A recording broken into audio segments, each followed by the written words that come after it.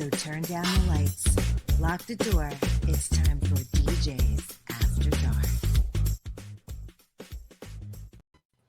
Everybody, it's DJs After Dark right here on the DJB Productions Network. Make sure you hit that subscribe button, hit the notification bell. Make sure you're hitting the channel and sharing it to everybody. Leave us some comments down below. We'd love to hear from you guys. Once again, we have another great show for you guys today. Let's just see who's on the panel, though. We got DJ Matt Sunner. Greetings. We got Fast Eddie C. That's all you're going to get, Dan. That's all you're going to get. I got the skinniest man alive, Rob Cannon. Yeah, skinnier than man. Skinny, right. And DJ Diablo, Rocco DiAugustino. What's up, my friend? Thank you so much. Guys, it is DJs After Dark right here on the DJB Productions Network. Make sure you're hitting subscribe. Make sure you're checking out all the shows, of course. We have a lot of great stuff here. We love doing this show, of course. Today's got a great topic.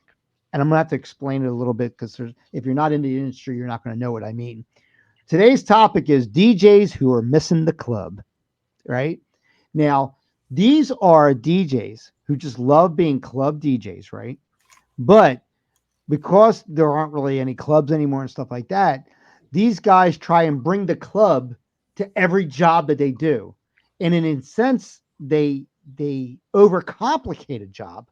And I'll get into some examples of that because they're trying to bring the club with them and the club's not needed in a sense. So we're going to talk about those types of DJs today. They're the ones that are like very bullheaded and they tend to have a lot of ego. They think their shit does not stink at all. They're in that make-believe Hall of Fame that Ed talks about a lot. You know, Yeah. Ed, is the Hall of Fame in your house? Hall of Fame, by the way. No. No, Is okay. it really There isn't. It's in the detached garage next door. I'm not getting into it with you, Dan. There's Legends of Vinyl. Right. Yeah, who decides this though? Who decides this? That's what I want to know. Who's the I'm guy? not really sure. I'm not really. No, it's a full panel. Yo, And then you got the Philly Hall of Fame DJs. Okay, right. Believe it or not, Dan, there is. But I'm gonna. Yeah, they're at public storage, right? And there's a guy right next door, and he has a Coors Light and a Twizzler, and he's like, I like to put my Coors Light and my Twizzler together, and I have a strawberry Coors. He just sits there That went nowhere, Dan. That went absolutely nowhere. just like your Hall of Fame. Hey, listen, I'm putting the logo. I gotta find that logo. Go find the logo. Yeah. Right, hold I'll on. make it big when you find the logo. Let me know when you I'm find the on it logo. right now. Hold on. All right, I do got it. my damn glasses Do on it. so I can see. I knew this was going to fire head up because these DJs, and what I mean by this, like there's DJs out there, right? And like if you are a DJ and you know whether you have one or not, a lot of DJs have egos, and a lot of DJs think their shit don't stink, and they legit think they're playing Studio 54, right? And it's not the case. And it's not the case. It is not the case, right? But like for example, Rob had me do a job that somebody brought to him, and this was a local restaurant chain. Okay, and they wanted me to come in to do New Year's. Okay, so I said, oh, all right, whatever, I'll do New Year's. No, Right? here we go. Yeah. So I said, let me go to the place because I've never DJ'd there before, so I want to see what the setup is, see what I have to, you know how early I should get there, etc., and drop my computer off, etc. So this place, what they do when the football game, we're in Philadelphia, so when the Philadelphia Eagles are playing, they would have a big turnout to this restaurant bar, and what they would do is have a DJ play during the commercials, right?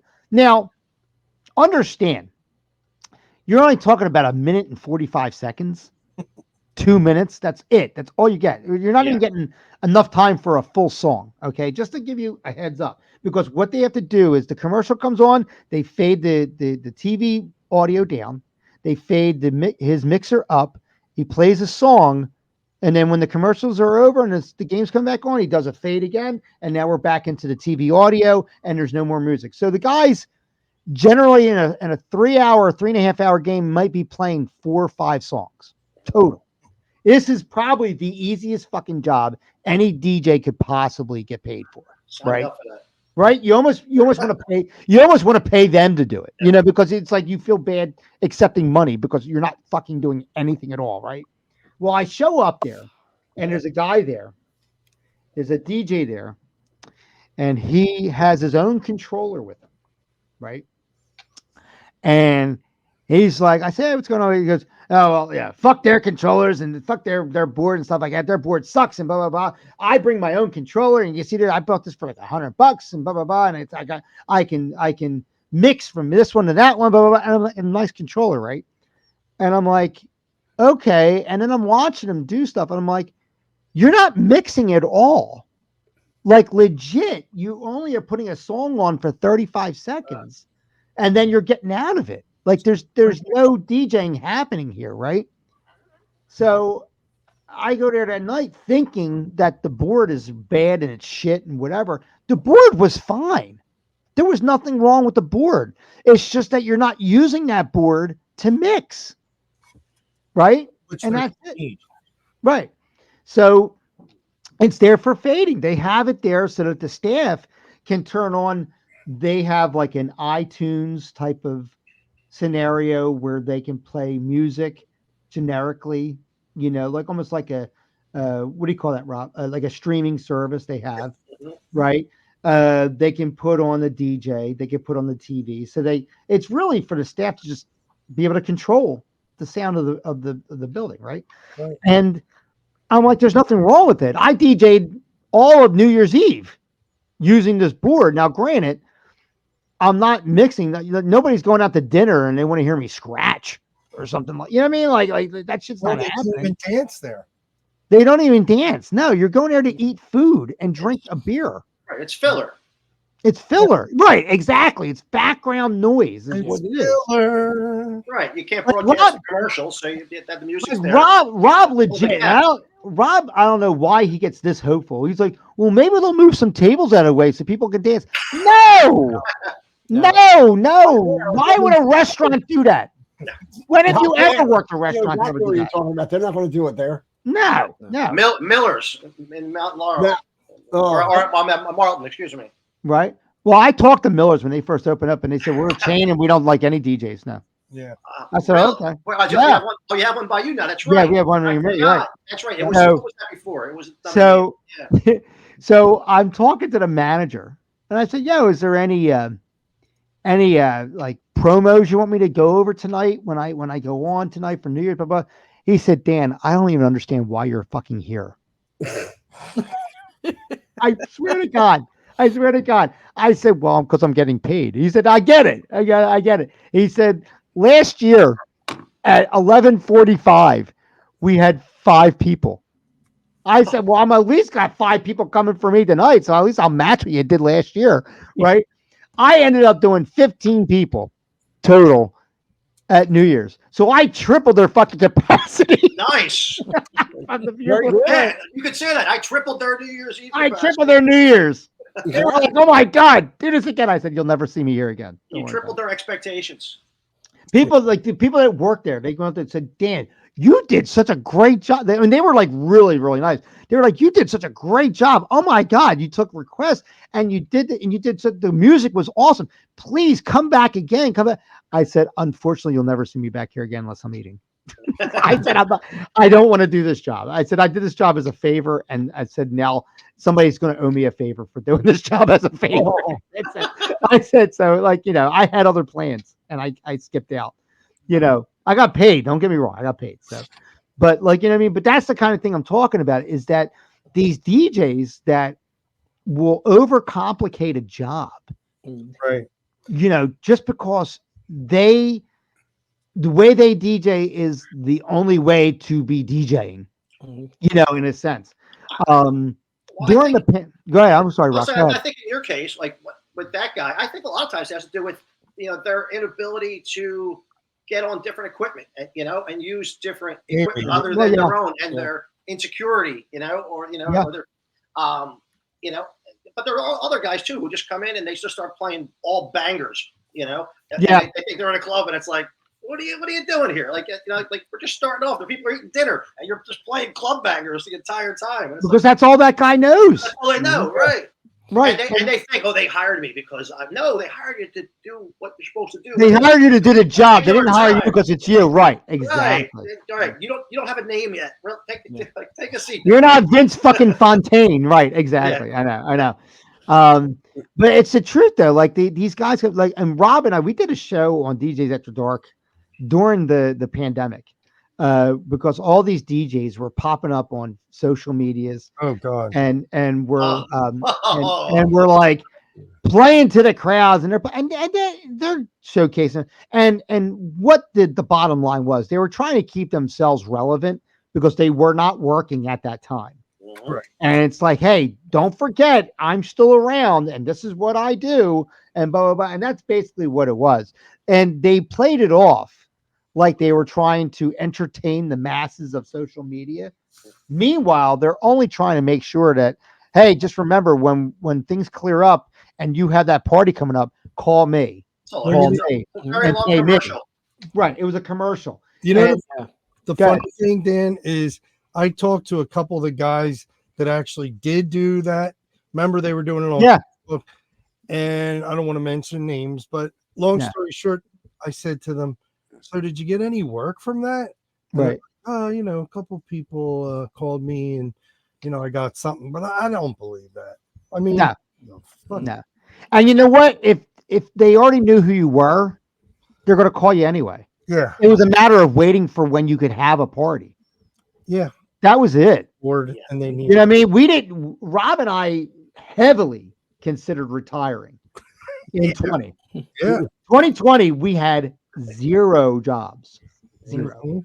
Because we didn't have any place to DJ. Right. It wasn't that people weren't having parties, it's that people weren't allowed to have parties. Yeah. And the places were closed where you could have a party. So Rob and I was like, hey, you know what? This could be like the way out.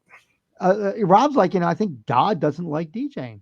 Yeah, it's basically, and really, you know, for all intents and purposes too, that, you know, those guys that were doing on Facebook, you know, at least be honest about what you're doing. What you're doing is you're keeping the ring rust, you know, so to speak, off you. You know what I mean? Yeah. You're just like, you know, you're not doing regular gigs, so you're out there just kind of doing stuff, so you don't kind of, you know, fall out of practice. And I'm not going to say that be they honest don't. about what you're doing. I'm not going to say that they don't love it. I'm not going to say they don't love doing what they do, and God bless them. You know, when you have a skill and you can do something you love and you're very good at it, God bless you. You know what I mean? Because it's very rare when anybody can fucking say that. You know what I mean? But the fact is, when these guys are walking around like you need to get their autograph. Yeah, that's right. And then it's like, hey, listen, like we can have 50 people because and everybody's gonna have masks on. My parents are having their 25th wedding anniversary. Can you come and DJ that? Yeah, let me bring my uplights and let me bring my, you know, and let me bring in the you say you're bringing the light. I'm gonna bring my JBLs with the subwoofer, and I'm gonna and I'm gonna never understood. Right, the like the fog machine and the laser light show, and it's like, and he's playing like Susie Q, and he's playing fucking DJ Easy Rock and shit like that. And meanwhile, these people are like, I listen to PBR. Like I don't know. Like I listen to like classical music. You know, it's like I don't understand what you're playing. Like, you know what I mean? Like that's the kind of shit that happens. And these fucking guys like. Yeah. You know, he's like that classic. They keep hitting the horn. Ed's right there. Ed's right there next to him like this. Yeah, this fucking guy. Ed's like, there it is. There it is. And Ed's right there like, yeah, this fucking guy. Guys, aren't you loving it? And you're like, dude, I told you before. You're like, it's a viewing. It's like somebody died. DJ, I never heard. Honestly, the guy in the coffin is sitting up going, knock it the fuck off. I feel like you he's like this. They got his arm, animatronic arm out of the coffin like this. I feel like you could do a whole podcast just on the overuse of the sound effects. Yeah. And you should just crush those things. It was just the time I had to do that. Right. Man, I would love if you did a show. You know what I mean? The entire track with sound effects. Like the next Tiesto. That would be awesome, Ed. If you did a whole show where your entire show is sound effects. No. Like a big montage of fucking things not to say as a DJ. That would be fantastic. Did you listen Wednesday night? No, I did not have a chance to listen. I'm telling you. I did, Dan, and he talked. I heard you talked, yeah. Yeah. But not just that. When I was on, I had to talk. The mixing, like you did, you still okay. You said a couple things. I had to hold you down from doing your goddamn voicing. I had him hacking up a lung. I was making him laugh the entire time we're off the air. Yeah, you were pretty funny, dude. I had and then, like we went on, I had to be like straight laced. I'm like, so anyway, dancing. Oh, it's like, dude. And I'm over there. I'm like, it is I, Danae. Oh my god! I'm in your basement. Someone call the police. Right? Oh, geez. Nobody listens to this EDM shit. It's like, the call's coming from inside the house. The call's coming from inside the house. That's great. But like, we all know these guys, these DJs, and it's like the fact that they need to overcomplicate it, and it's like a funny thing. It's like, it's another side to it. Like, we've said many times about DJs or guys that got into DJing because they only like club music. They don't know any other style of music, so they can't DJ any other party. They can only DJ club music, right? And that's it, right? Which is not really a DJ. You're. It's like, I know how to do oil. Like if you learn how to do an oil change, you can't call yourself a mechanic. Okay, and that's that simple, right? Some guys do, though. They do. They do. I used to manage Jiffy Lube. I used to manage Jiffy Lube. Oh, you know that. There is club DJs that make a lot of money doing that too. Absolutely. Right, but when those clubs close, they're not making shit. Yeah, right. Yeah. So there's your fucking period to your sentence. Well, yeah. You know what I mean? Like, that's my point. You don't realize that a lot of these club DJs can also play private parties too. Yeah, it's a private party. What's a club? Listen to me, everybody I know about club DJing and whatnot. Okay, they can shift from going to the club to doing private parties, 40s, 50s, 60s, 70s, 80s, 90s, whatever you want to play. That's what I used to do. Exactly. I mean, Rob was one of the best club DJs back in the day. Right, but Rob knew how to DJ though. Yeah, there's a difference. Yeah, and that's difference is Rob knew how to DJ. Rob wasn't constantly just doing club music. Right, exactly. Rob knew all types of music now. Yeah, right. He wasn't doing a 16th birthday party. Yeah, he wasn't playing like Susie Q for a Sweet 16 and fucking like right. And he's like this. Yeah, bitch, you like that? Sweet 16. Yeah, like this. Like no, that's not happening. I understand what you're saying about some of the guys. Kids a fucking yada. Yeah, come on. Oh yeah, that too. I said big yada, but yeah. I agree. Big yada door the kids yada. You're out of control. Everybody ready for this bar mitzvah? You're a man. You're a man. You're gonna get one more for that. There you go. Can I do my applause? Yeah, do applause. Yeah, good. Look, you can't fucking do it, you jerk off. What a week. What did they die? That sounded like somebody tap dancing. What was it? I want to be. Although it's like, turn it off. It's funny though, because I still remember because I was recently going through some stuff in my own selection, and the Platinum series had that one disc. Yeah. That was like 40 different, just like random sound effects, and I was looking at that thing, going, "When am I going to fucking use this damn thing?" Yeah. It's one thing once we went to like laptops and everything, and you could kind of throw something in there, but it's like this thing is 30 seconds, like 10 seconds long. I need like a third CD player just for that if I'm ever going to use any of that, because I can't throw it in anywhere. Right. This thing is like shorter than the intro to a 3-minute long song. Yep. And it's like I can't change discs that fucking fast. No, it didn't work then. Now it's like, why is this even here? You got the samplers on board and stuff. So like when in the age of digital, like when Rob did my wedding. Now I'm married 24 years, right? So this is going back away. How long? 24. We're sorry to hear that. Yeah. Yes, I know. This is why I do these shows all the time. But we recorded all the intros because Rob is notoriously bad with names, right? It's a known fact, right? So Rob's like, let's go, let's saying the name wrong. yeah. Well, yeah, you're bad with names. Okay. Yeah, no, I'm great with names. I just say them wrong. What are you doing on purpose? I'm Fuck nut. like Ed when it comes to that. You know what I mean? Like Ed doesn't like to talk. Yeah, it's like Ed doing a Nickelback show. But I'm always afraid to get someone's name wrong. You're as good with names as Ed doing a Nickelback special. And on that subject though, that's kind of like the few times I would do weddings, I'd always go and like talk to the bridal party, and I'd have a separate sheet other than the contract where it had all the names. Yeah. And I would write out the names phonetically. I remember there was this one wedding. The one guy is like his name. I look at it and I'm like, okay, so where's Mario? And he's like, no, it's Mario. So I'm like, okay, on my sheet it's MARY-O. That's so I remember to call him Mario and not forget and go Mario. Break your leg. You told me the wrong name. It's and my Rob. Wait, Matt, shut up for a second. My only impression. You should Rob, do your impression again. I'll break your legs. He's trying to be an Italian dude. Yeah. And then if he does like an Asian guy, it sounds like the same fucking dude. Yeah. Rob, it's gotta be like, look, you gotta, if you don't shut the fuck up, I'm gonna have to break your fucking legs. Yeah.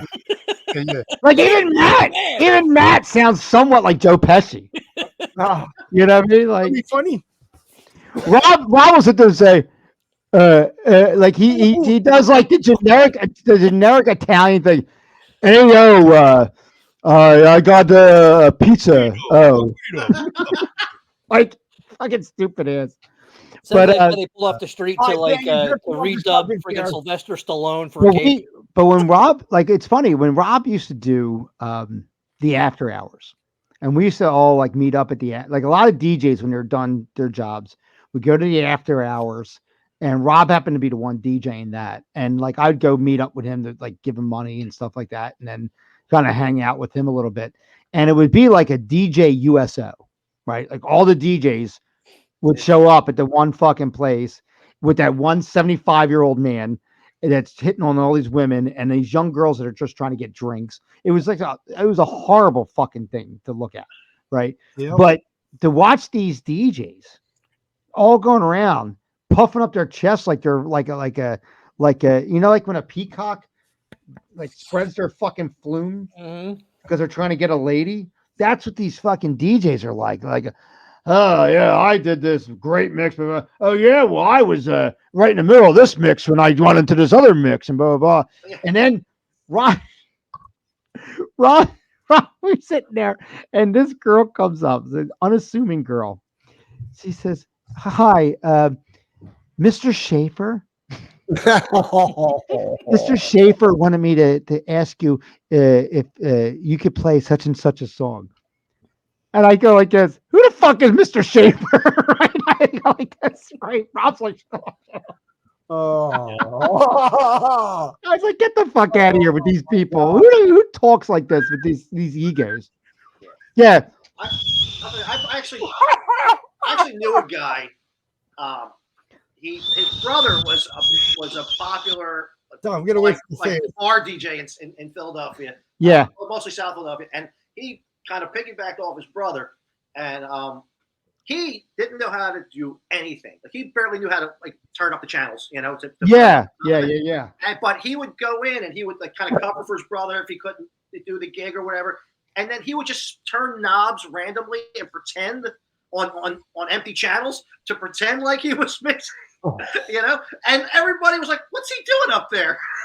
Like, we know he doesn't know how to mix. He told us he doesn't. So why does he spin in the knobs?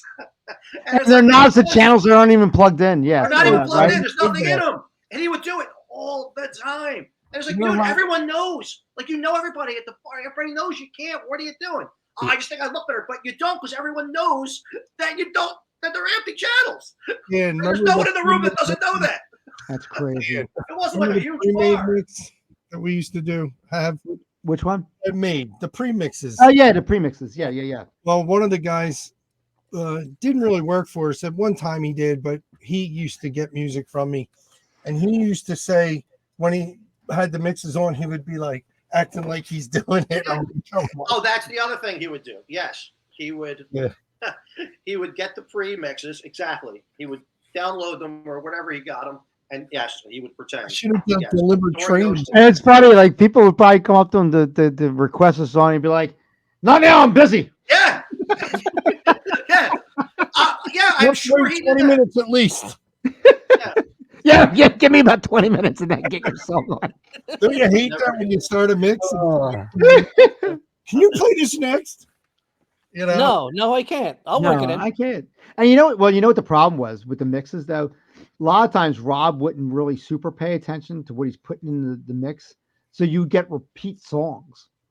Not in the same mix, but But like in the same set. But in no, like It's a different if set. you had if you had a different set, so you're like, oh well, he's got this one set, it's about 17 minutes. Okay, then he has this other set. This is 20 minutes. And he has this other set. This is 13 minutes, and they're all like really good songs. They're like, oh, I can just put these and I can get a good hour and a half out, right? But then you have the same song playing 3 times. No, well, because it's like one in each set. Yeah, right. You see what I'm saying? So you have to like know the sets first off. Yeah. Although one thing, I'm going to break Rob's balls a little bit here because that one set I do all the time. So go ahead. Had with the romantics. What I like about you. No.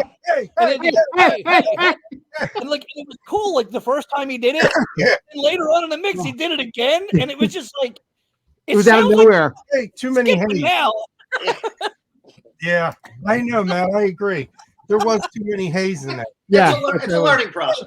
Well, like Rob had DJs that like sit there and like, I fucking hate those mixes. I hate this. And Rob's like, why? Like they're good, whatever. And he'd be like, no, and they would be playing them and repeat songs would come on, and they wouldn't know because they wouldn't be previewing the set. It's like they don't suck. You're just not paying the fuck attention. You're not paying attention. But I mean, I get it though too. Like there's some sets that are like, oh, these 3 sets would be awesome to put together if this Gloria Gaynor song, quote unquote, wasn't in it 3 times. But in my defense, we talk about like being a real DJ. Well, then it's like you see that set and you go like, oh, well, I got this song that repeats.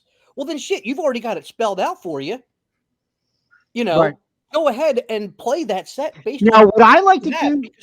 I would just mix out of that. I would mix out of that all those songs somewhere, and then mix back into the mix. Well, what I like doing myself, I always get a big kick out of this is like when you take a song that like a popular song that maybe samples like an older song and then mix into the older song. Mm-hmm.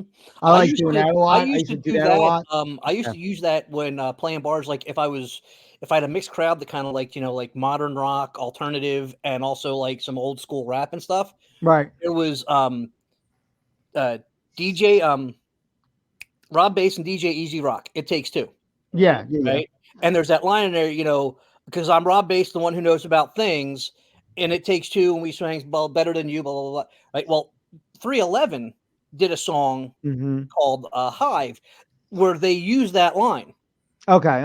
It's like their lead singer, Nick. It's like, I'm Nick Hex. I'm the one who knows about things, and it takes two, and we swings better than you, and it's time for the dub. I'm rolling to the club. And so like, if I was transitioning from like, like a modern rock set to an old school rap, that was my thing. And I'd always have it queued up. So when I got to that line, it was like, boom, boom, boom, boom, hit it, fade quick, so it was like, and it was like the smooth little, I mean, that's kind of like what you're talking about, but a lot of it has to do with like knowing music. And these once again, these DJs we're talking about that are missing the club, like they know the music that they're playing, but they don't necessarily know a lot of other music, etc.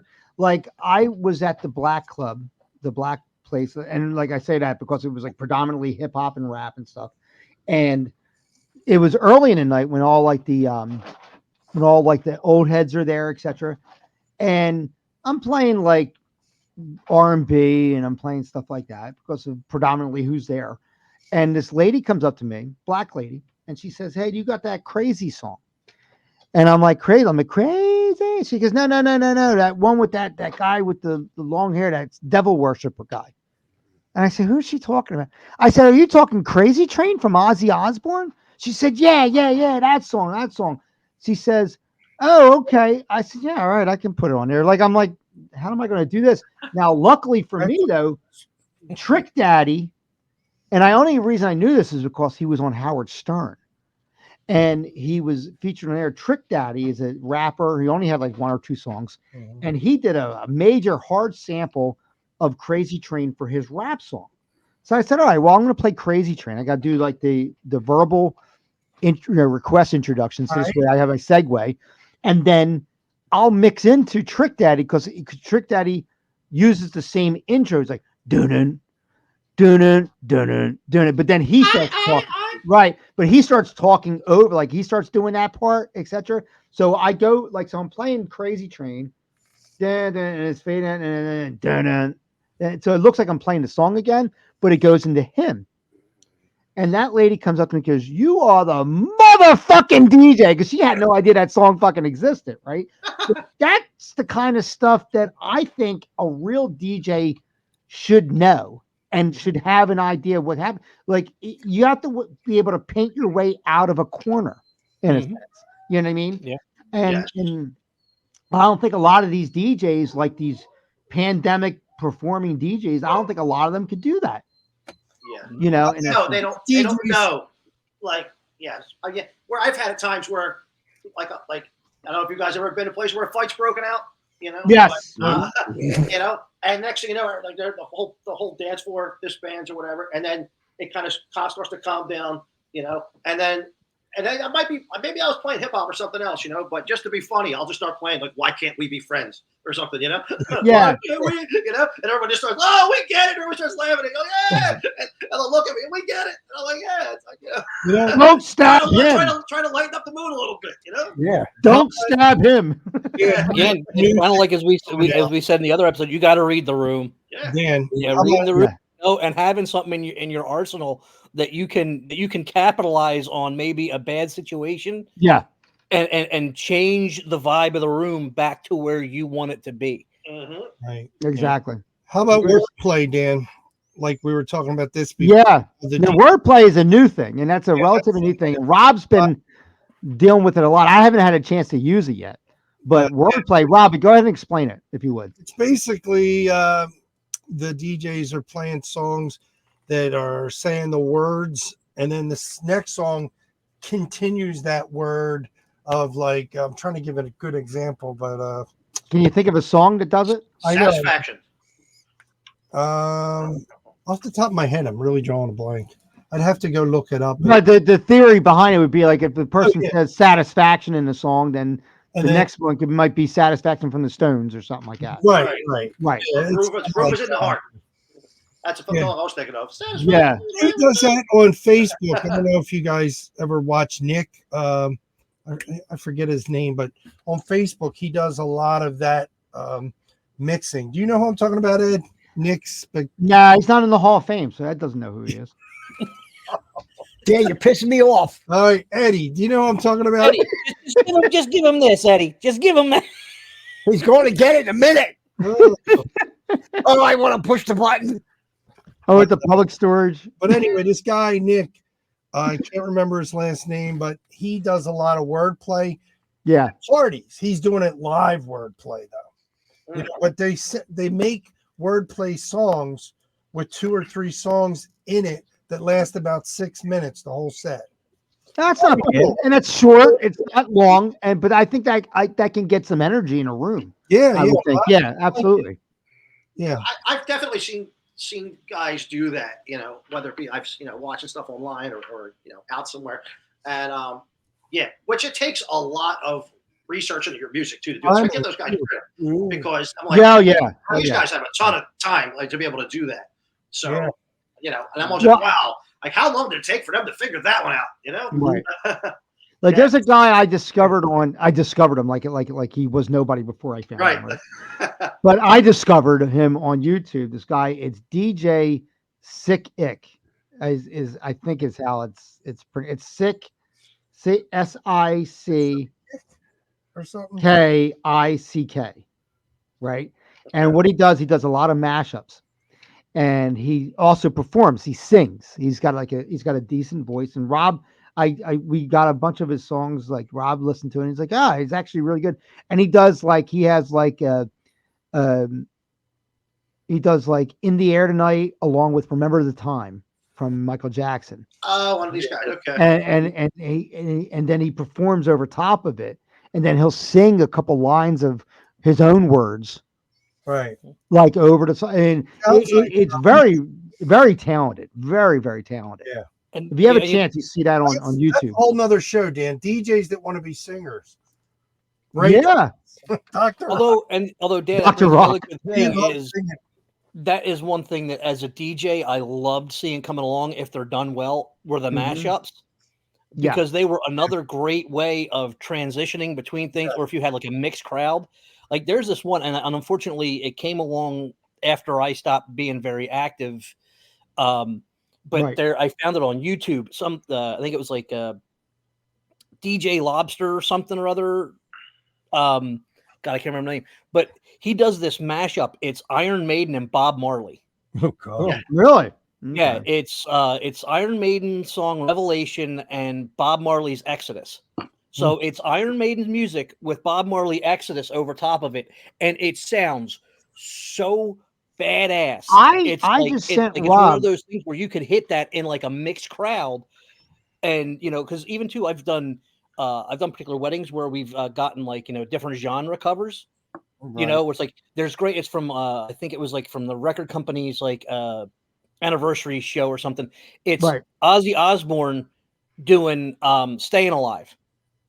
Okay. Well, yeah, we have that. It's cool because it starts off with him almost kind of like doing Crazy Train. And he's like all aboard the disco train, right? And we have it. I am Iron Man. It's like I am Disco Man, and it's just great. This isn't the guy. I see one guy online all the time. He has like the Wheel of Fortune platters. He spins with real turntables. The actual. Mm-hmm. Is it that guy? These really colorful turntables. No, it's DJ Lobster Dust. That's what it's DJ Lobster Dust, and he just does these videos, but he has all the music and he does the video on it, and it's just like some of those things are just like so awesome. If they're done well, there are some that are done and you listen to it and you go like, oh, this is just too. It's like so damn easy. It's almost like okay, it's not interesting, right? I just sent Rob one where it was Judas Priest and Michael Jackson. Oh, and it was great. Oh yeah, it was great. It was like Judas Priest to the music of Michael Jackson. I forget what song it was, but it was like I'm like, this is great. Like I love this type of shit, and that's the kind of stuff I like too. Because like I said, it brings a different energy to the room. Right, but Stevie Wonder and the Clash, Rock the Casbah, and I'm forgetting what Stevie Wonder song was. But that's the kind of stuff that you can go to a party and showcase yourself as a DJ, as an example, and not necessarily be boring. Like I'm not saying like either be a club DJ or be boring. I'm not saying that, but what I'm saying is that there's these DJs out there that just overcomplicate a job, and you can, with a few simple song choices, still sound good. Yeah, and not lose your reputation. Yes, you know what I mean. That's the point of it. It's like I don't think anybody at Grandpa John's 70th birthday is concerned whether or not you bring your controller. Yeah. That's my point. When you're playing 5 songs total in 3 hours because you're playing the commercials for the Eagles game, I don't think you need your controller. You're not doing anything. Yeah. Right. I can have an iPod. You don't even need I just lost you guys. Dan cut you off. I cut you off. You did it. Yeah, I don't know. Fuck it. Can you hear me? Yes. Yeah, we can hear you. Your video is frozen. I have no idea. Yeah. Yeah. But Ed, you should do a mashup show. I think that would be awesome. Okay. Or even a wordplay. Or a wordplay show. I'm not kidding. Ed, I'm not kidding. I'm thinking that would be a good idea. I think it would be a fun idea. Yeah. But I can incorporate mashups in my show. You do, and you have before. Yeah. I mean, I can do that, but wordplay, I'm not too sure about yet. But In what way, and in what way, Ed? I'm just curious what your thought is. Nothing personal with me. I would have to make sure that it's okay to play over the air. You know what I mean? As far as what? As far as what the music is, or as far as the language, or it depends on the rights. I mean, of the music, basically. Oh, well, that's true. Yeah. You know what I mean? So I would put out though, Ed, as a release. Doesn't that automatically mean it's got the rights, or no? No. If it does, no. It's different between radio and that kind of stuff. But you would have to, I would have to find out if I can play that. I mean, I'm sure I could. You know what I mean? Because purchasing the CD does give you the rights. Yeah, because you paid for it. It doesn't give you the right to broadcast it. That's true. So, but no, I probably could, because I've yet to be turned down with anything I've asked for.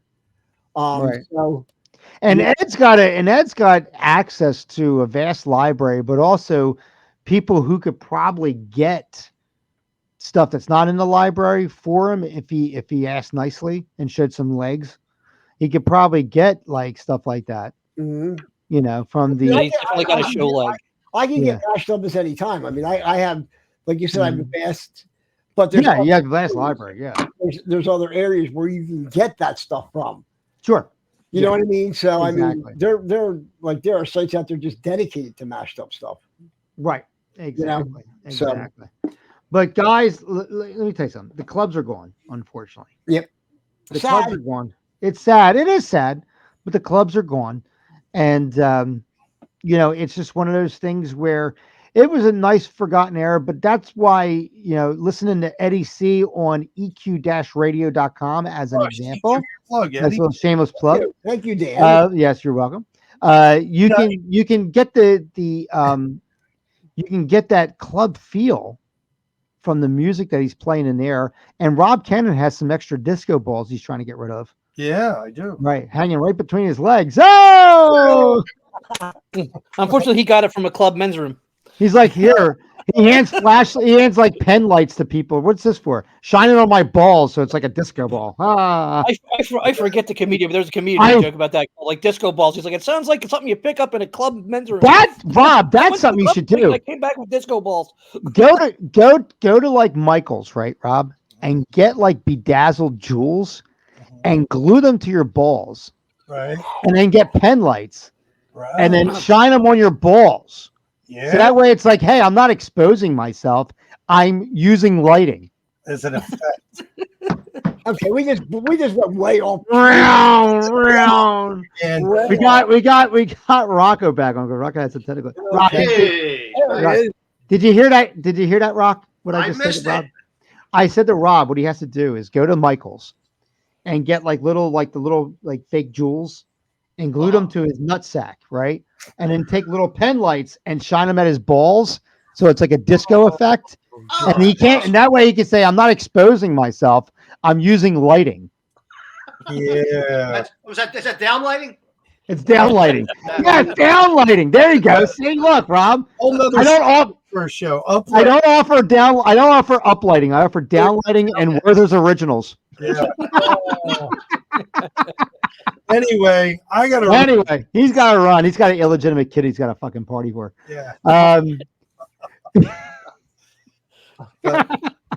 Anyway, it was a great time, guys. We got more shows coming out, of course. Hey, thanks for having me. Absolutely. Once again, we welcome Rocco DiAugustino to the DJs After Dark family. We got other DJs coming on as well, which is kind of cool. We got a nice interchange of DJs that we love that are going to be on this show. Hit that subscribe button down below. Hit the notification bell. Hit the little comment section there. Tell us what you think. Have any DJ stories of where somebody was like too over the top or too much? Leave it in the comments down below. And make sure you check us out on Facebook. There's DJs After Dark right on Facebook. You can like the page there. For Eddie C, for Matt Sunner, for Rocco DiAugustino, and for Rob Cannon. Yeah, my name is Danny J. Until next time, we will see you after dark. Looks like the sun's coming up. Was that as good for you as it was for me? Join us next time for DJs After Dark.